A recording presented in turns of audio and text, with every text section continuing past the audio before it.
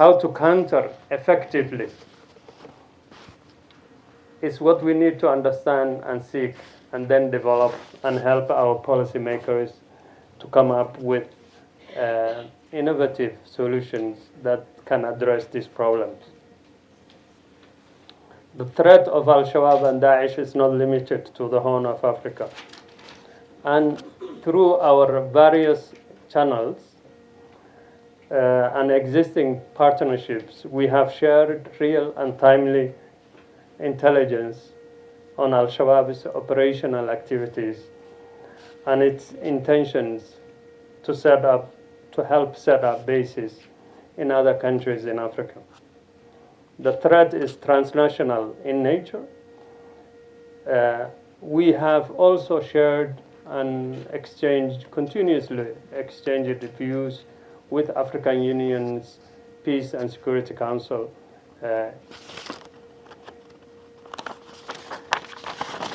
on these issues. And the idea was, because they have a platform to reach out all the cross-cutting issues at the continental level, they can provide the transnational nature of the issue with member states so that leaders can address those issues that are cross-cutting, specifically to these groups.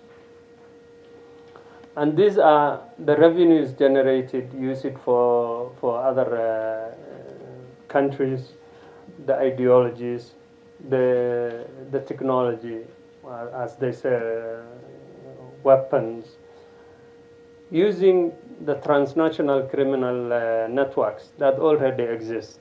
So they don't need to invest in new ways of transferring this what we call core competencies when it comes to finance, expertise, weapons. We have also seen an important trend in the composition of foreign fighters in Africa. Most have fighting experience elsewhere in other countries beyond the continent, but also in the East Africa. And they share commonalities. Sometimes they train it together in certain military camps. They speak the same language, Arabic or Swahili. So there are always commonalities that they have. So they trust each other. That's why they can move around and help each other in other countries. We have also observed surplus funds are invested in both licit and illicit businesses in unregulated sectors. There is tendency for the unaffected countries to think it's not their problem. Or even within the country, it's in those unaffected areas, it's that community, so it's not our problem. Someone was telling me many years back, Bono State is just in Nigeria. It's just so remote. I am not expert in Nigeria, but it's far away. So it doesn't affect you when you are in Abuja or Lagos. And it's always like this. Try to look what's happening in other countries, but not only in other countries, but also in your country, in those remote areas that are not your concern. Imagine what could happen in your country if the same thing that's happening in Cabo Delgado happened, God forbid, in your area. So we have to be proactively take initiatives and support the affected communities in other countries instead of thinking it's their problem. I mentioned it earlier, the core competencies of these groups: finance, technology, well-trained units that have commonalities. There is bonding that they share. These are the key reasons for their significant surge. Just over a decade ago, we were chatting with the ambassador earlier. These groups were mainly present in some countries in Asia and maybe in the Horn of Africa, Somalia, Kenya, there. But now they're said to be present in close to 40 countries in Africa. We can have all the explanations we want why this is happening: governance, corruption, political issues, existing grievances, proxies used by others, all this. But even if we fix those, and addressing those issues is not the solution, it's not going to sort out the problem. Because it's not enough to curb the transnational element of these insurgents. Fixated on governance and military, or sometimes military, hard power, is not going to fix the problem. And we need steps, serious steps, to protect our citizens. And these groups are adaptive, agile, they're learning. They are not as bureaucratic as we are in governments. We know how governments function. They are there to relentlessly cause chaos and instability. So we must also shift our mindset and stop on insisting doing the things, the security people telling you this is how we do things, this is the way it's done, or politicians telling you, this is the budget you have, or this is how it's gonna happen. At the end of the day, it is the preventative area is to delink the community grievances from the transnational nature. And that opportunity exists before the situation explodes. So the primary source of resistance is actually having the community, a reconciled community that has confidence in the security system and the politics in place. And we have to take away the thinking that this is Somali problem. The Somalis do this, the Fulanis do this, it is Swahili do this. As mentioned earlier, we can have several steps to address this issue. To start, we need to understand the insurgents concerned. The Salafi jihadi groups, that connection we need to understand. In their language, what they want, where they headed to. We must know the group's structure, ideological links with the mainstream communities, and how they coordinate and plan across the borders. Uh, there is a paper I've written many years back that they can share with you, a court can share with you, on how they expanded in the East Africa. It's a bit dated, but it covers the main issue. Secondly, we must find a way of degrading the core competencies of the groups. I've mentioned the core competencies.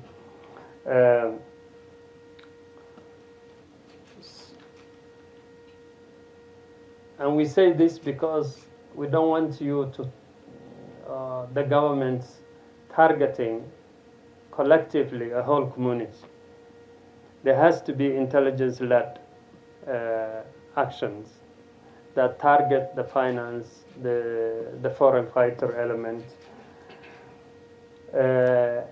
dismantling their capabilities before the community is exploded, basically. They want you to target the whole community because that will help expand their cause. So the strategies that the authorities are coming up should be disrupting these elements. If there are technology capabilities, IEDs, how to make explosives, those individuals who have this knowledge before they train hundreds of young people on how to set up this have to be dealt with. And then the finance, and then the innovative solutions that CMA mentioned can also be implemented. But people have to be invested in their families and communities so that they have interest to care and to protect. And people will not care and protect if you target the whole community. You know, Fulani is doing this, Somali is doing this, and this and that. It's not. There are ways of making impact and getting early wins in this. I came back also the other main point of foreign fighters, I think, are the fuel that drives the transnational element of these groups, because it injects morale, boosts confidence of the local fighters, exports ideas, internationalizes the whole issue, the grievances and the issues where. So we must make our land unattractive as possible, as much as possible for these foreign fighters. With all the measures that security forces arrange, but also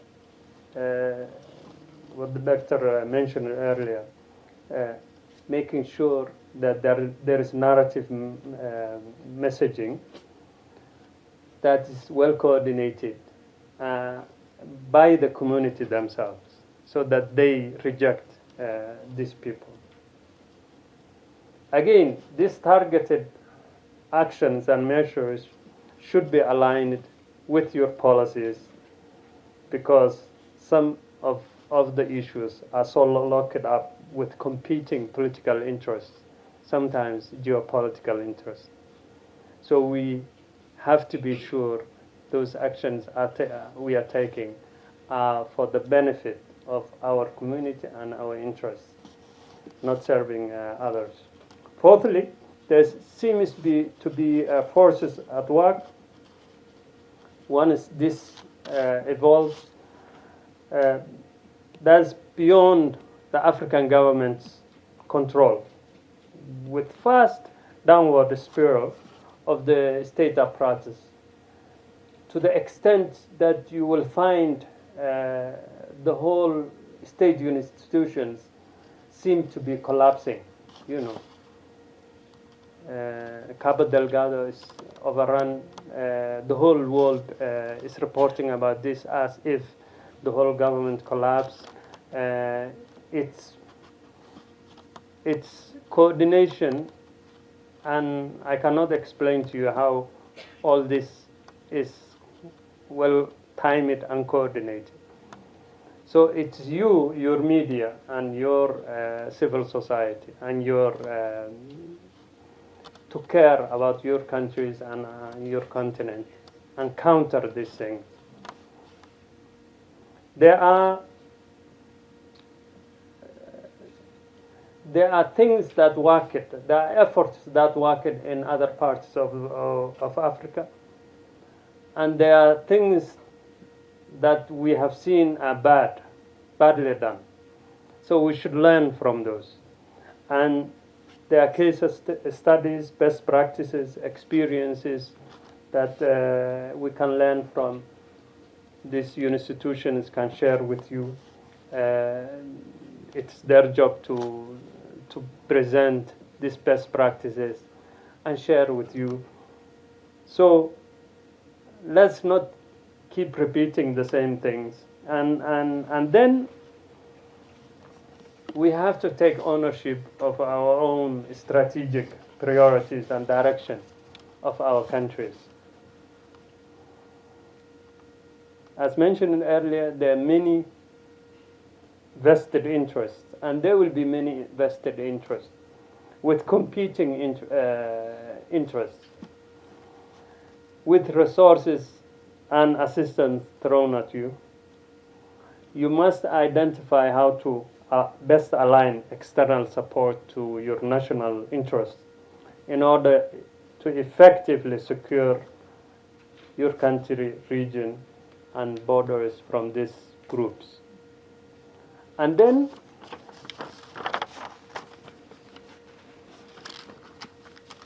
we need collaboration and coordination.